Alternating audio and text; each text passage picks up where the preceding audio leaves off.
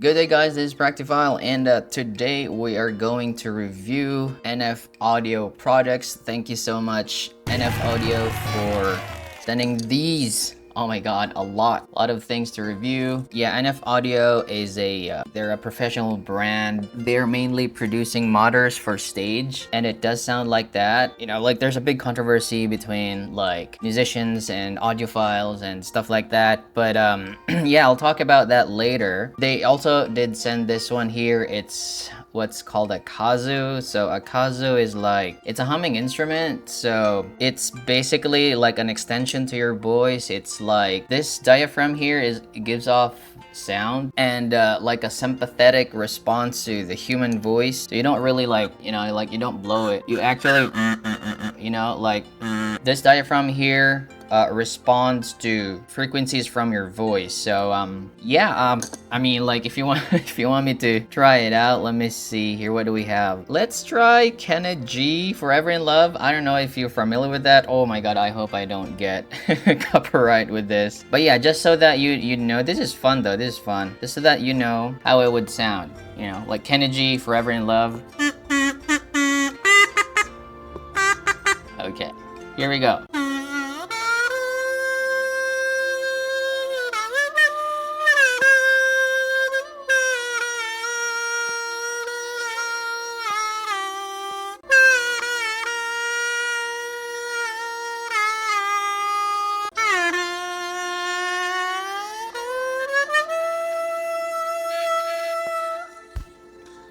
You know, like I don't know if it's like the limit, because like if you don't reach a certain note, the Kazoo won't give you that note. So it's either me not reaching a note, or it's just, you know, like the limitations of the diaphragm or the quality of the diaphragm. Let's try that again.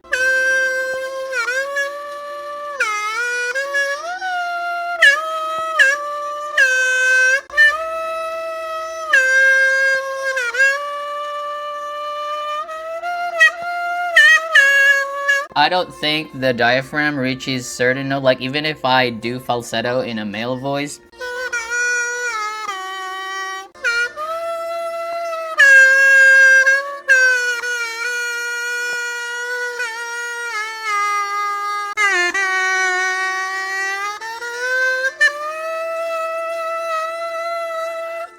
Whew. I know, but yeah, that is the Kazoo for you guys. Oh my god, I'm sorry I've wasted your time. But yeah, let's start off with the first they have here. It's the RA05. This is basically a DSP IM. They're priced at maybe around $30 to $40 if I'm not wrong. Yeah, the sound signature of this is they're kind of bright. Look at that there. Only because they don't, this is a like a very small DD here, single DD. And then it has bass, it has sub bass, but the thing is there's also a little bit of peak there, maybe around 7 to 8k. It's a coupler peak, but I can see some elevation in there. I think that the bass on these are too light to compensate for the gain. So the gain there is, you know, fine. Some people might perceive it as bright or neutral, which is, I would agree that this is kind of like a neutralish tuning, leaning on the upper frequencies. I wish I could swap the cables though, because this is DSP and I don't think I can remove this. But yeah, that's how they sound. You can EQ them or whatever, but yeah, they sound so clean, they sound open, and I don't know, like if you need a mic or something, they're actually very comfortable as well. I don't really see myself using these, only because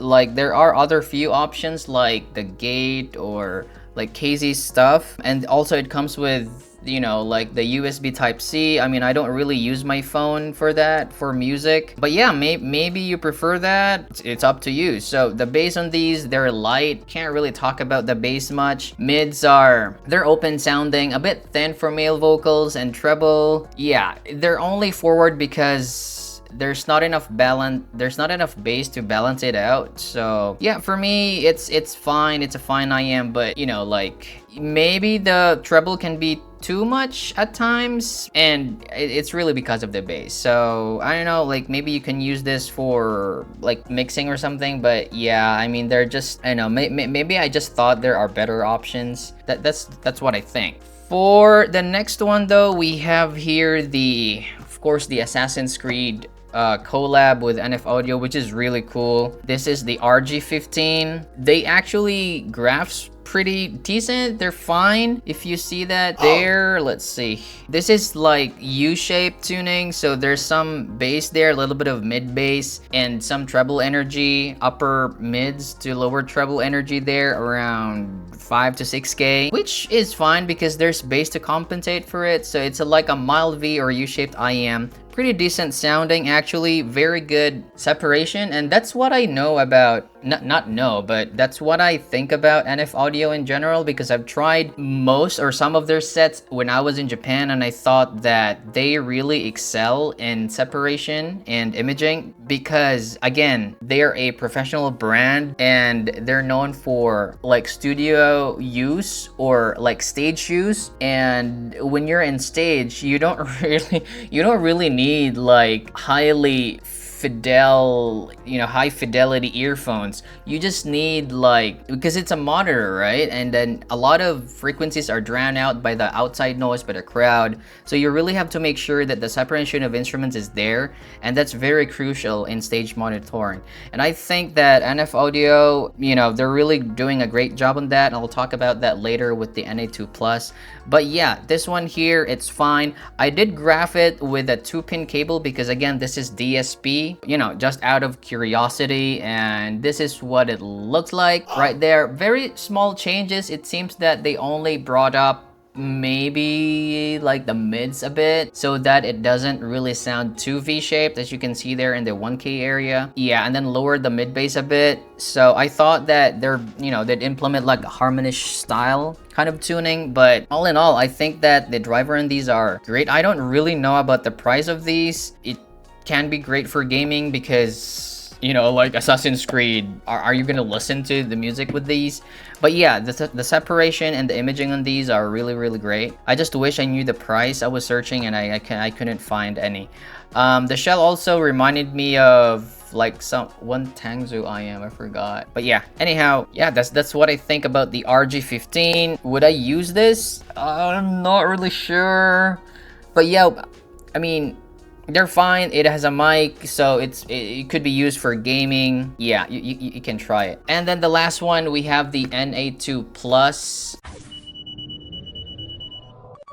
Now, so I have a story to tell. So when I was in Japan, I wanted to buy like a specific IM. I end up buying the Akustune RS1. I was torn between two IMs, the Akustune RS1 and NF Audio. I forgot which one. Was it the NM or the NA? But it's not the plus version. They're on the same price range, and at that time I was looking for something that is technically capable of separation and imaging and stuff like that. Just technically competent IM. I wasn't really looking for like good tonality or something like that. Yeah, but I ended up with Akustune RS1 because I just thought they're more dynamic. But as I mentioned again, NF Audio, they're focused on stage monitoring, and it's just different when you tune IEMs for stage, because it wouldn't make sense when you're listening to music. They're gonna increase the bass, they're gonna increase the upper mids, because again, those frequencies will be drowned out on stage, and you don't really focus on tonality there. You just focus on how instruments are separated, because again,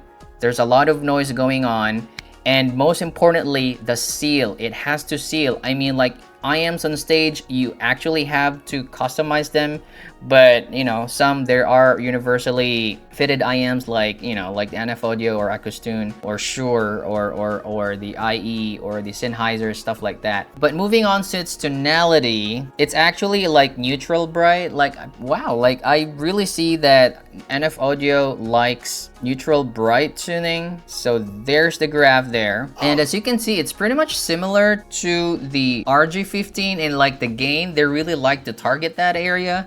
That kind of like peak there in the 5K adds some dimension to the music and some nuance, but it can also be peaky to some people who are sensitive to treble. Notice that the bass is like really flat, but on listening experience, it's present, you know, it's present. It's enough for you to feel like, you know what, like on stage, you don't really need a lot of bass, you know, like you don't need to feel the texture of the bass, but you need to actually, it needs to be fast, because if it lingers long, you're gonna miss out notes from the bassist, you know, especially if you're a drummer. So it's all about rhythm and catching rhythm, you know, when you're on stage. And NF Audio, like with this kind of tuning, it just works. I feel like I've never used them on stage because I don't play anymore, but like, you know, looking at these, you're gonna say like, oh my god, this is very bright IM.